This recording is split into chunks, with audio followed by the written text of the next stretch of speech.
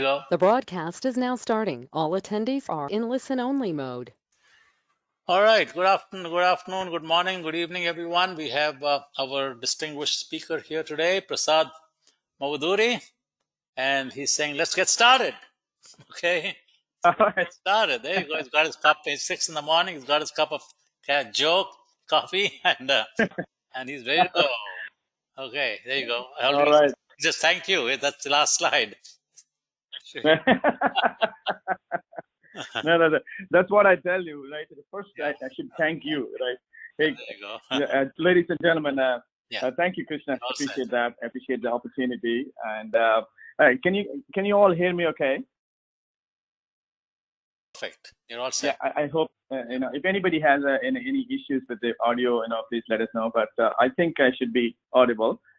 And then thank you very much, GDC, IFEES, and IUCs, and everybody to give me this opportunity. And I thought I would share some of my thoughts with you, especially on the higher education and how to hack the growth. Okay, so again, for the latecomers, my name is Prasad Mavuduri. I'm the CEO of University of Emerging Technologies. I'm also on the board of Emerging Tech Foundation. So the idea is to basically, evangelize, educate, empower, enlighten, and engage about emerging technologies. That's the mission of the foundation, which is a nonprofit, whereas the university is a for-profit company. But because the growth is all in the emerging technologies, I thought this is very apt and to take the mantle and run with it, and then probably everybody gets benefit out of it. So without much ado, I just wanted to start. First of all, what is the premise? Why are we doing this, right? So there is a small video I will show you for a couple of minutes. Please bear with me. Then this will set the table for why we are doing this and why should what is the opportunity here? And you probably know it, but it's probably put in an apt form. Please listen to that. The global talent crunch is here, and we're not equipped to face it. A study by Korn Ferry shows that at current rates, by 2030, a shortage of 85.2 million workers will result in an unrealized revenue of $8.5 trillion. The world is evolving in a way never perceived. AI, deep learning, blockchain, IoT, and so many other emerging technologies are changing our lives at an unmanageable pace, and job roles are transforming too. We are stuck in an endless problem. Employers demand experience on jobs for hiring, but freshers are only equipped with theoretical knowledge taught by traditional methods of today's universities that do not adhere to current-day industry standards. The slow talent generation is not able to cope with the exponential demand in emerging technologies. This is where we come in. The Emerging Tech Foundation. We are a fiduciary nonprofit organization that empowers industry experts to provide a feedback loop of skills. They will standardize an innovative curriculum as per constantly evolving industry standards and make it affordable for the common man. Our advisory board of experts in emerging technologies will help us democratize the curriculum by creating industry standard coursework that in turn builds a pool of pre-trained professionals even before they are hired.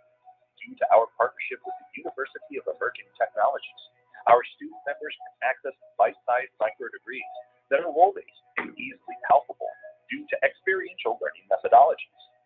The Emerging Tech Foundation will partner with any educational institution to leverage these micro degree courses put together by the UET to improve the pace of enabling a practical and industry-relevant curriculum. These are tailor-made courses for a particular role.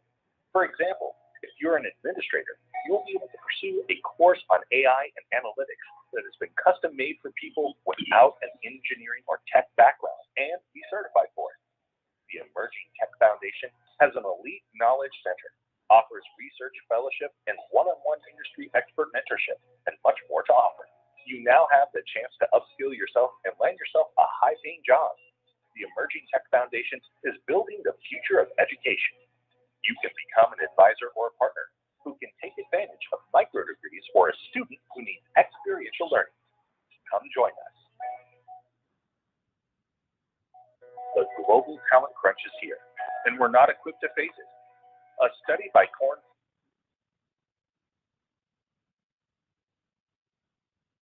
So you've seen the video, and that's the premise, right? So what's happening here is that we have a real crunch of resources. It's not that we don't have people, but we have people, but at the same time, we do not have the right skills. So it has to be more role-based and more experiential learning, because that's what the industry needs. So there has to be a democratization of the curriculum, which would actually let the industry decide what's needed. Okay, but now the main question is, I know many of the people who join now are the administrators and deans of educational institutions. So what is really growth for education institution means? Okay, so let's look at the business side of it. So one is there's more source of revenue and reducing operating costs, and then to scale more and more enrollments and more courses means more revenue again, and then also get more international students, especially for the Western universities, the international students and more students who pay the full fee, and they want to come. They're itching to come and learn from the West, and even in the East, the developing countries, it's the same thing. If you scale more, you're offering more, you have different kinds of courses, then definitely more students would come in. And then also there's a big thing that the many schools are not exploiting the executive and continuing education. That means the deployable skills and then some of the upgradable skills, upskilling and all that stuff, that has to be exploited, because you already have an alumni, you have some presence in the society where you can talk to the industry and get the people excited about it. So definitely we should explore that and get more. It's not only getting more revenues, but it also further reinforces that we are in the game. And then of course another thing is that for the people on the developing countries, we can actually set up some exchange programs with the universities across on the West. And then the West gets something out of it, and the people in the developing countries also get something out of it. Students definitely get benefited out of it. And then also, some of the universities wanted to have micro campuses. They need some representation in countries like India, China, or Singapore, or Korea, Indonesia, and all that. So we can that's another opportunity. And then the best thing that I have seen, and it works very well, is edutainment. You teach in an exotic location where you work hard and play hard, so that they can also have fun around it. And it's education and entertainment, not just in the same place, but you can go out and do that. So these are the opportunities that we have.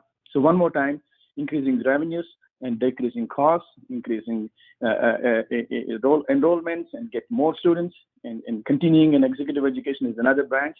And then also having exchange students, both sides get benefited, and having more campuses and edutainment. Okay. So these are the opportunities that we have to hack it.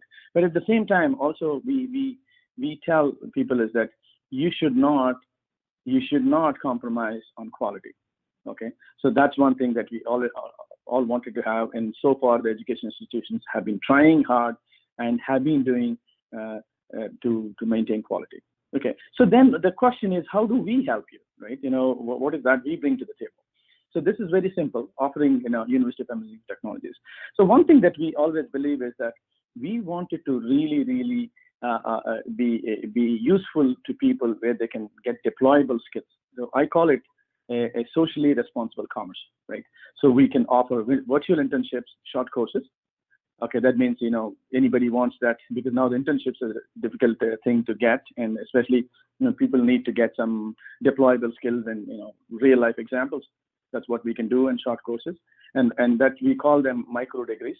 And then we also give the institutions can take our courses and white label them as their own. And then if it's online white label courses, we can deliver online courses. And then also what we can do is, if the partners have some courses that we can deliver, we would rather be delivering that. And then for the Western universities and or any universities that need sales and marketing and student enablement and micro campuses, etc., we would like to give. So we do a lot of things, but at the end of it, what we're trying to do is we are growth hacking. We're just trying to improve and increase and be good. Okay, so now what are the benefits by partnering with emerging tech universities, especially for the Western universities? We can do that is that marketing, and I said, and also democratizing the calendars. This is one thing that where we can have more number of cohorts, the same things. For example, right now we have only 3 semesters, starting in September, January, and April, and then what we want to do is we wanted to have every month, for example. Why not? We have to democratize academic calendar, especially people from India or any other country, third world countries, that they come in. They can actually start anytime they want and finish anytime they want, and then they need not spend a lot of money, and also they can be earning as well locally, and there is a lot of cost benefits on both sides. And then we can manage that, we can enable that. That's a big thing that we are trying. A lot of universities are very, very excited about it. So it's definitely an idea, democratizing the academic calendar. And even in India also we can do that.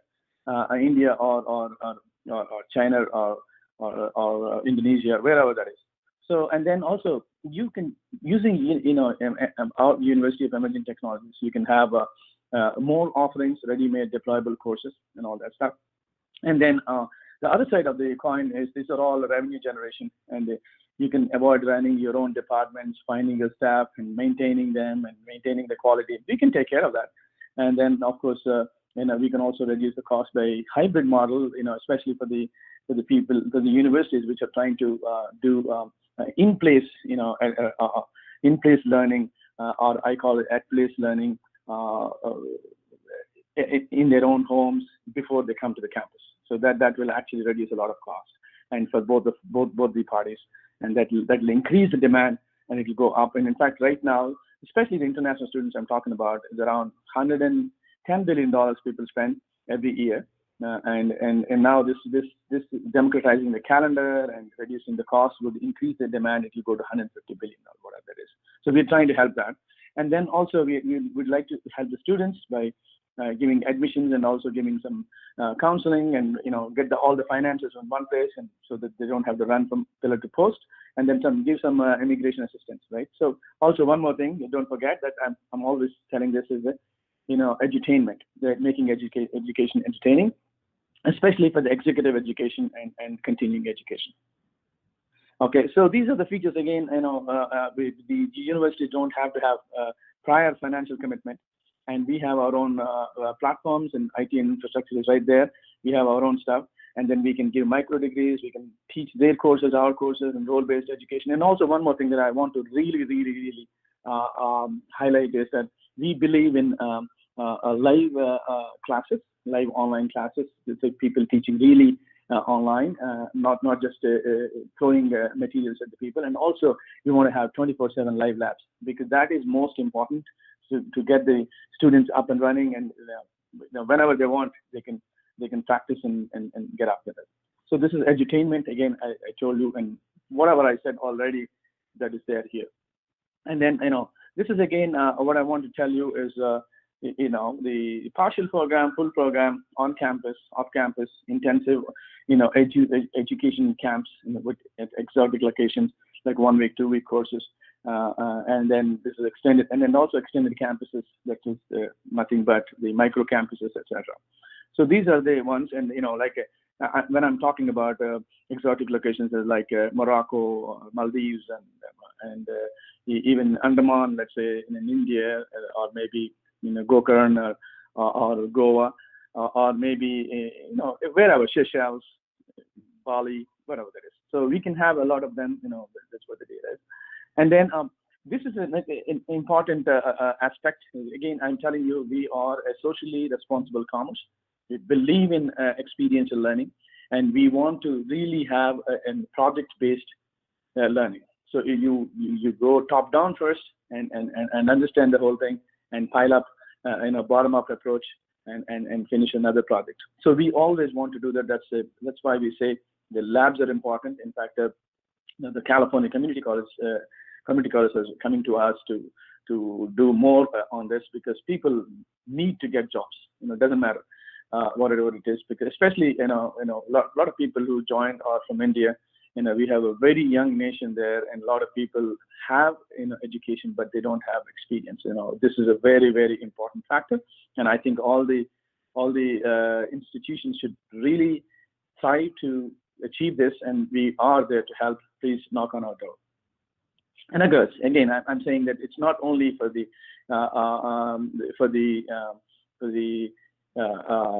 universities and teachers and all that stuff. Even the students enjoy the benefits. So I don't know, it's like in Hindi they said "Sabka Saath, Sabka Vikas," right? That's what I believe in, and we believe in at university, and our team really works hard about with that. So again, I said that because of the democratization of the calendar, students can enroll anytime and finish anytime. And not only the Ivy Leagues and very popular universities, there are so many universities that are really jumping to come to the fore and help the students so they can get good education, right? And then also, some of the people who are in the working community, they can also have a continuing education upskill. And especially we have a big Rolodex of educators, and across the world. So we have a huge pool of them, and then you'll get a lot of exposure, and especially with experiential learning, right? And also, I said the 24/7 live labs and all that stuff. Students would definitely enjoy that. And so again, what I'm trying to enunciate is that we have a quality in our mind. And educators also, what we do is we have on the foundation side, which is supporting us, which is governing us, which can also do some certifications. They actually have a lot of research fellows. We have research fellows. We publish white papers right now. We're also setting up a jobs report come every week, very soon. And then we have a radio coming up on tech and all that stuff. And then these educators can use can you guys hopefully you're able to understand. So what I'm trying to say is the educators can use the research fellows to do some or publish some papers and all that, so that they also can continue and get something out of it in addition to teaching people, right? So that's what the deal is. So and there is a lot of help for them, and labs are not. See, we don't want to really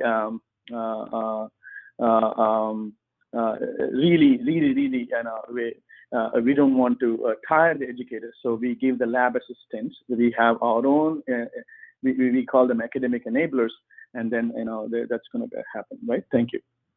So again, as I said, the Emerging Tech Foundation is a nonprofit. It has a big advisory board and certification board, which actually oversees the quality and the running of the university. And in fact, we are the only agency in the world which has all the emerging tech under one roof. So otherwise, you go for Linux, you go to the Linux Foundation, you go for something else, some other foundations and all this stuff. But we are only one and under one roof. And in fact, this was a comment made by the officials of the European Union, who are looking at us to do their certifications across their member countries. Okay, so we're definitely well equipped on that, and we have a very independent foundation overseeing us. So we have the credibility to deliver all these things. Okay, and then also again, with the universities and administrators can see that you can have a curriculum yourself, or take our curriculum and make it your curriculum, and then also you can always pick and choose your educators, and we will deliver the quality. Okay, so that's what the deal is. Again, I'm just giving a quick roundup on the nonprofit, which actually oversees the Emerging Tech Foundation. It's a nonprofit. It's a thought leadership. There's lots of white papers being published, and a lot of people are doing that. And we are for the role-based education and experiential learning. And this foundation is the fiduciary body, and we have mentor boards, advisory boards, a lot of big guys, and a lot of educators and the deans and educators and industry experts have, are in the boards, and then they are trying to shape up the education and the curriculum. Also, always the foundation will be auditing the programs and the workings of University of Emerging Technologies, so that we always are kept honest. And then independent certification, we would say we are soon coming up with this micro and nano degrees. And again, the other side is that we have knowledge center. You can go back and check in a lot of white papers and all that. And soon we'll have a job portal, a big job portal, and all the industries can post up there so that people can do that. And of course we have an industrial community. And the first time a micro and nano format, a tech radio. It's not a podcast, but it's a tech radio that we're going to build. So this is also, all these things are helping the University of Emerging Technologies, and we are there, right there. So again, one more time, I tell you that my name is Prasad Mavuduri. You can always reach me at prasad@emergingtechuniversity.com, and this is my number. I'm on WhatsApp as well. Please give your feedback anytime, and please do contact me. And then, of course, thank you very much once again to all the people. Again, one more time, I want to tell you is we are there to help you. In fact, we don't want to compete with the universities. We want to complement the universities. We want to give them these courses, the people, the experience, and all that stuff, because we believe in living together, because the education institutions are there for a reason, and they are doing good, but the issue is they need help, and we are there. Okay, with this, gentlemen, I thank everyone. I'm open for questions, and please, anything else if you want to say, please go ahead. Thank you. Okay, let's see. Yeah, that's good. So a lot of people are really excited about what you said. Did you hear, Prasad? Yes, I'm hearing. Thank you. Yeah, okay, so I guess the nuts and bolts. If somebody in India is interested in working with you, what do they do, and what the cost involved? What are the specific domains in conducting courses? If there are a university or college in India or anywhere in the world wants to, okay, you got me excited. What's next? What's the cost involved? What's next is they have to get in touch with us. We have an operations team. Please get in touch, because everything is a little customized in the sense that what do they need, what are they looking for, and people are at different levels and steps right now. So what we are trying to do is we already have 3-4 universities in the West already signed up with us. In fact, especially for the people in India, I'm trying to get them tied up to the universities across the world, right? So I'm also trying that and all that. But in any case, what I'm saying is to start the dialogue. I think we have to start the dialogue. We have to understand where they are and how we can help. And definitely, we would be glad to connect with them. And here is my email ID, prasad@emergingtechuniversity.com. And you can also look me up on LinkedIn, Prasad Mavuduri, and can send in this thing, and we will jump on a call. And we have a roster of things, and we can talk about it, Krishna.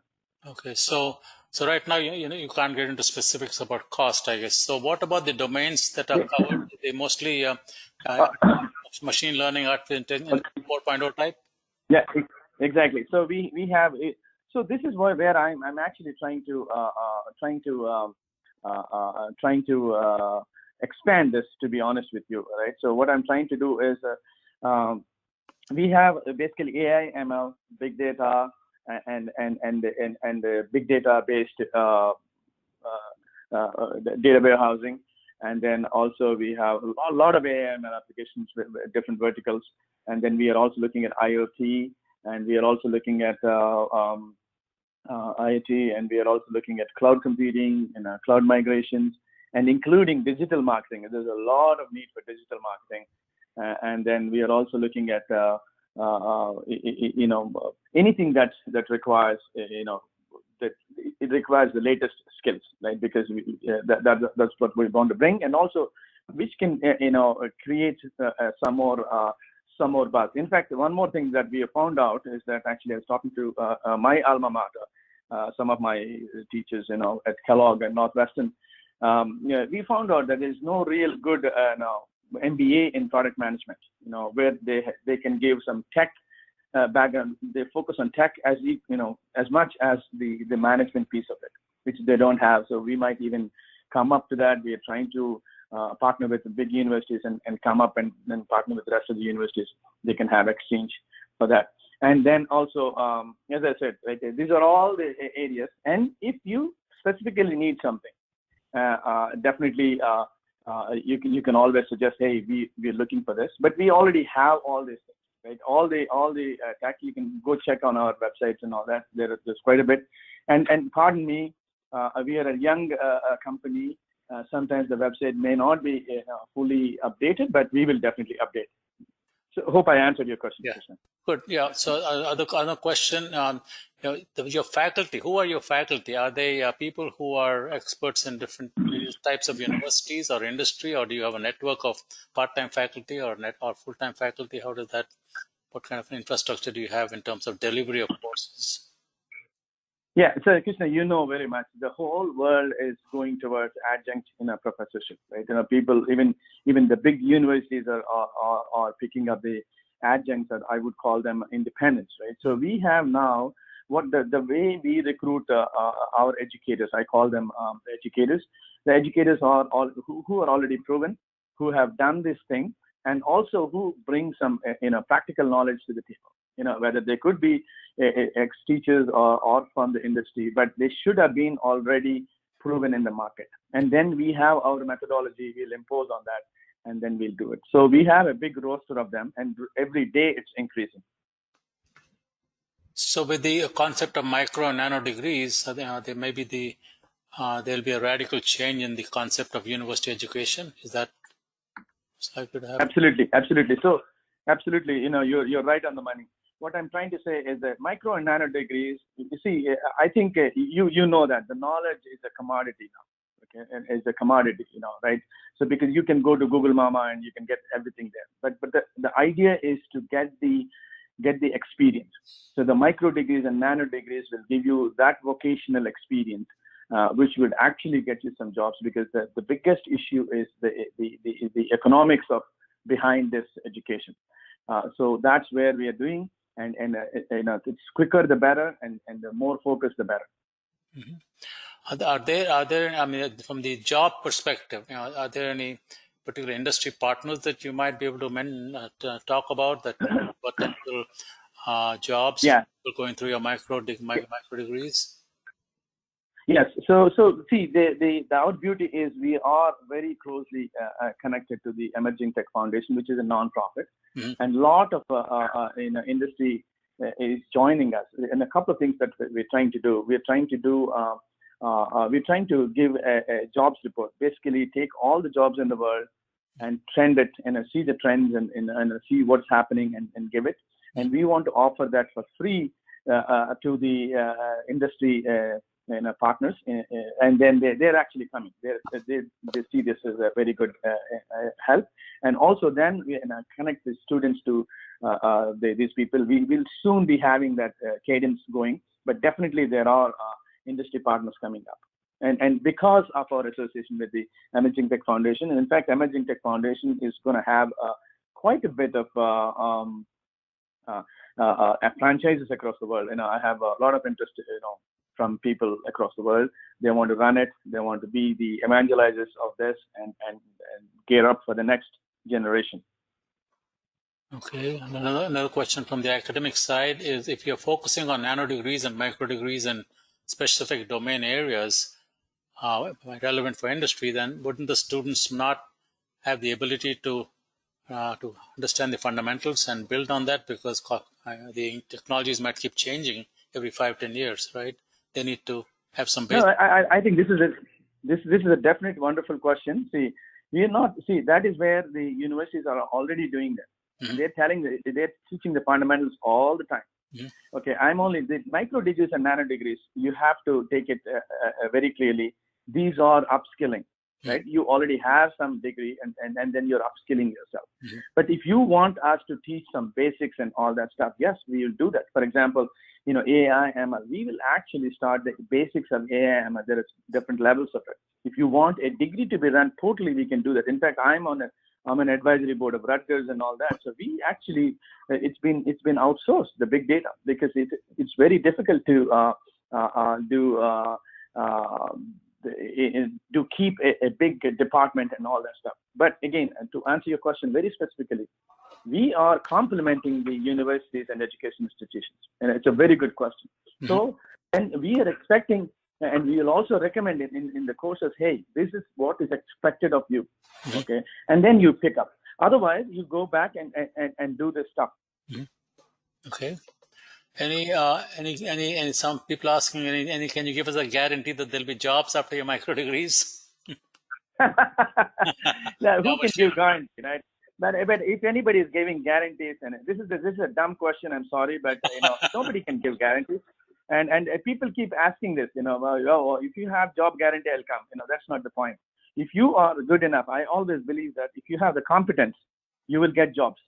And the jobs are there. For example, I'll just give you an example, Krishna. I was talking. In fact, we are bringing a guy for our COE for cybersecurity from Israel. Israeli, I can't tell what background is, but he's Israeli Air Force guy, and he has been in that. So he is saying that there are around 3 million jobs in cybersecurity lying there, and nobody has the real skills. 3 million jobs across the world. Okay, and we don't have. So what are you talking? The guy who ever asked, has he really looked into the things that they could do? We will definitely help you. And I really appreciate this asking, because this myth has to be cleared. Nobody can assure jobs, and this is not a recruitment. This is education. Okay, this is a question regarding the emphasis in India. That in India, the AICTE, which is the apex government body, is putting a lot of pressure on the colleges to start programs in artificial intelligence and data science and machine learning, because that's the future. And the colleges are facing problems with the shortage of faculty and expertise in this area. So, is this something that that your university would be able to help, kind of help train faculty to do short courses or full courses, specialized areas in their universities? Is that something that you visualize? I'm not interested in training the faculty. We can help you run that, because that's not our business model. Right? I'm not into that, but I want to be very clear. So we are trying to train the students in this, and if the faculty also learns it and they want to run it on their own, that's a different thing. But I'll be cutting my own branch if I start producing faculty. That's not my lookout. Okay. So yeah, I think we are running out of questions here. Let's see. Inventions. Do you expect some inventions and patents to come out of some of the work that you're doing? So see, that's exactly right. For example, what we're trying to do right now is also one more thing that I want to tell you. We are trying to blockchain the transcripts, across the, bridging the universities from the east and to the west, because they need the transcripts and all that. That's a project that we're trying to do, and the business model that we'll have, that all the parties will win. Okay, and then there are research papers that are coming up, and the students are really working hard, and they are something. And slowly we want to be somewhere near the Gartners on the foundation side, because again, when it comes to research, when it comes to these things, the nonprofits are the best to work, and we want to focus on the business, and we want to focus on educating people, and anyway we are governed by the nonprofit. So definitely there is a lot of work that's going on and coming up, and as the franchises increase and improve, definitely there will be a lot of work. I'm not a big fan of just having PhDs and things, but I want to see things that are useful, especially for the common man to get a job and get up and running. Otherwise, we'll have a big social problem. So I think we are working towards that, Krishna. Thank you. Okay. Question from Arun Somani. How do you guarantee quality, and is there any kind of external review, or what kind of what's your process for making sure that exactly, right? So this is even I pondered it, right? So I always say that I believe in I went to B school, so I can tell you the model of McDonald's, for example. How does McDonald's maintain the quality across the world? Anywhere you go, you get the same fries and the same service and all that. So this is possible only because of atomizing your process. Okay, for example, we have a process to vet the course to come in, first of all. So we will vet the course, we'll make sure the projects are there and all that stuff. And also, we want to make sure that the guy who's teaching has already taught, and we watch those videos, and we'll also put them into the public domain and for people to see. And the second thing is, we are also taking out the burden of laboratory maintenance by the teacher himself. Okay, so what we do is we have education enablers, and who man or woman it 24/7. So that helps a lot. Mm-hmm. That helps a lot. So basically this is all in the process. Inequality. I've done so many case studies. Inequality, leave alone education, can be maintained if you can intervene at every step of the process and make sure they're atomized enough. Okay, the question about your email ID, people are looking at the thing and saying Prasad at Emergin. Is there a G missing? Yeah, sorry. Is it emerging? You're absolutely right. Emerging technology or emerging? Emerging technology. Somebody has a sharp eye. Oh God. Now I'm busted. I'm busted. Thank you very much. Whoever said that. Yeah. I appreciate that. Thank you. Somebody noticed that. That was, I guess that's Satish Patak. Okay. Thank you. Yeah, keep coming with questions. Yeah. Somebody's saying, can I ask questions? Yeah, please. You can ask questions. Jimo, Abdul Ganiu Jimo, please keep texting. This is how you ask questions, okay?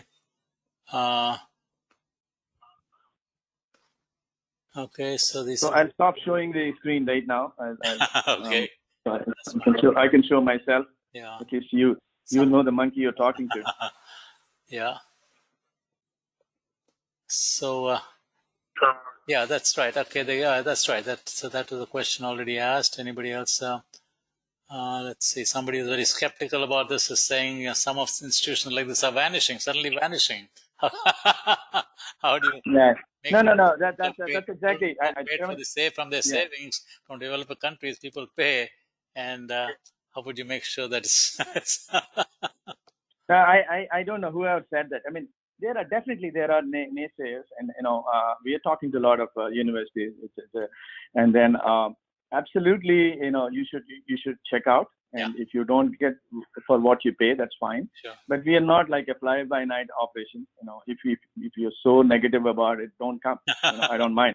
So we all have to work together, and again, we also have something, our reputation on the line. I'm not a Joe Blow off the street. Yeah. So we definitely work, and we are talking to a lot of universities, and of course, in some time I'll ask Hans also to vouch for that. But we definitely are serious, gentlemen. Whoever said that, vanishing. Okay, Hans, over to you. I think we're running out of questions here. Thank you very, very much, Prasad, for this very, very, very helpful, very useful, and informative presentation. I want to make one. Your passion, your vision, and thinking out of the box, I think, is deeply relevant in terms of the reality we live in. I really appreciate that. As a good colleague and friend, listening to your passion, and as you're inspiring many of our attendees to ask critical questions, keep in mind the concept, the word of guy. It is men and women, and we as IFEES and GEDC are strongly committed globally to identify the young generation of women leaders, engineers, and others into. I just want to put this as Hans speaking among friends and colleagues globally very clearly. That's a fine one. I'm deeply appreciative of your passionate presentation, and I'm sure many people will follow up with you. I'm very confident. Let me just also say, and our very distinguished leader of our GDC, Shireen Tekinai, is also, I know, part of this conversation this morning. I just wanted to make all of you aware and remind you of our global conference, bringing together faculty, deans, corporate colleagues, and students. Very important in our forthcoming global conference, which we're having obviously not face-to-face, but virtually in November. And all of you here today, please join us.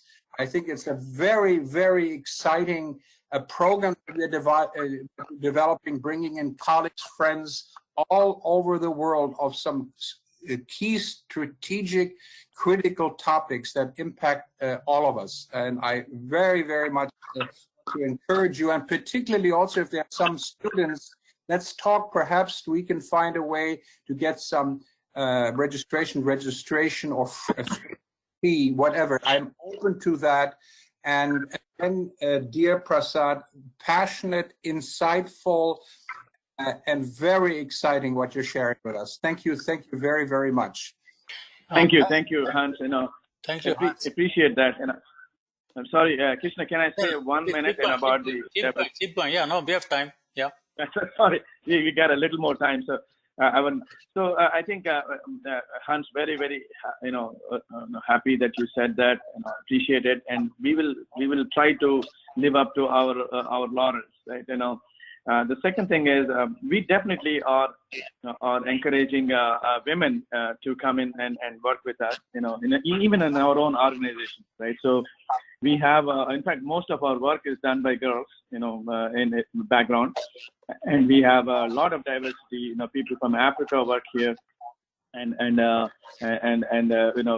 girl, women are working here. And a lot of that, a lot of work is actually almost 50%, more than 50% of our employees are women. Okay, and then the educators and all those people, we're trying to get more and more. We would like to have diversity, and in fact, there's a lot of talent in Africa, in India, and other places. We are bringing them to the fore as well. It's not only the Western people that know the subjects, and we are getting all that mix. And we are making it, good. But the idea is to have more diversity and more variety of things, and especially helping women to come in and work for us. Okay, a couple of questions came in after we stopped chatting, and I think some of them questions I don't quite understand. I'm going to read them out of so they don't feel upset that I haven't read them out. Abdul Ghania Jimmo. He says, my question is, I think emerging tech should be able to help colleges recruit faculty for AI or emerging technologies. Now, if you understand this question, please respond. Okay, so I think what he's probably saying that when you develop more and more people of this, and that the future generations will be more and more be able to be self-sufficient. That's probably what he's meaning. And yes, definitely that's the idea. Right now there is a big shortage, so we need to give the steroid to boost up the opportunity. That's what we're trying to do. Mm-hmm. Another one from Prakash here. Students learn machine learning and data and the deep learning. Now they need opportunity to show their skills. Will you provide some directions? Absolutely, that's what we do. You can bring up. There are virtual internships that we're trying to do. Mm-hmm. So in fact, they can also join the foundation. Then they can actually go and work there. And in fact, we are doing a lot of real life skills. So they can bring their thing and they can showcase it. In fact, very soon we'll have hackathons. We'll have things like that. And in collaboration with the Emerging Foundation, because we want to keep that all that to the foundation, and this side, we want to teach, and these courses, if they are used in our labs and taught, and we will also compensate the people who bring these things to us. Okay, question from Prakash. The name Emerging Technologies is very appealing. Obviously, there's obvious passion behind it. Excellent presentation. Do you have or wish to go for technology transfer or technology commercialization? Yes, I mean, eventually that's what we want to do, right? That will not be the university itself, right? As we say, as you all know, that the university is more for educating, and then the technology transfer and the spinning out of this, some companies, etc. That should happen, and I pray for that, and I'll always support, and we'll always support that for sure. So that is a different entity by itself, but we will definitely help sprouting them up, and I hope we can really encourage that. Okay, final question from Soha Juneja. Are you looking into mental health programs, and if so, how? Yeah, you know what? That's another thing that I wanted to tell you is that one more thing that we are actually trying to. Thank you, Soha. But what we're trying to do is that we wanted to add some of the skills. Part of our courses is that to give some skills, some mental skills for people to face others, face interviews, and work with teams, and also be cool and nice. Right? These are very, very important to survive. In fact, I myself I can look back and see, coming from India, there are issues. Right? When suddenly you're pushed into a team, and then work with people, and then pressures, peer pressures, and all that stuff. So we wanted to really definitely wanted to do that, and it is part of our thing. In fact, I'm pitching it to the California community colleges right now. There are around 190 of them. So we wanted to give at least an 8-hour course, where they can be confident, they know what they're doing, and they're focused. And mental health is very, very important, and we want to make that as part of our curriculum. Okay. Krishna, can I make a comment? Yeah, go ahead, Hans. Make a comment. Yeah. Prasad, thank you so much for sharing what you have said about mental health. And I just wanted to also share, given my comment about our Global November conference, for the first time in IFEES and GEDC, we are bringing in psychiatrists, psychologists, some sessions on the issue of the mental health issues facing our students, our faculty, and so forth. Issues, topics never really before clearly talked about openly. And this year, November, is the and many of our students have strongly encouraged us and taken the leadership also in terms of identifying some mental health experts at part of our global event in November. So, Prasad, I'm really happy to hear your response to this particular question. Thank you, Krishna. On that note, I think we can call it quits for the day. Prasad, Hans, great talk, Prasad, and good discussion. And we look forward to working together in the future. Take care. Thank you. Thank you for the opportunity. Thank you for the opportunity. Thanks everyone for being patient and asking me questions. Please reach out to me, and I will direct to the relevant people. Definitely. Thank you very, very much. Appreciate it. Okay. Thank you, Prasad. Be happy. Be peaceful. Be joyful. Okay. Take care. Be healthy.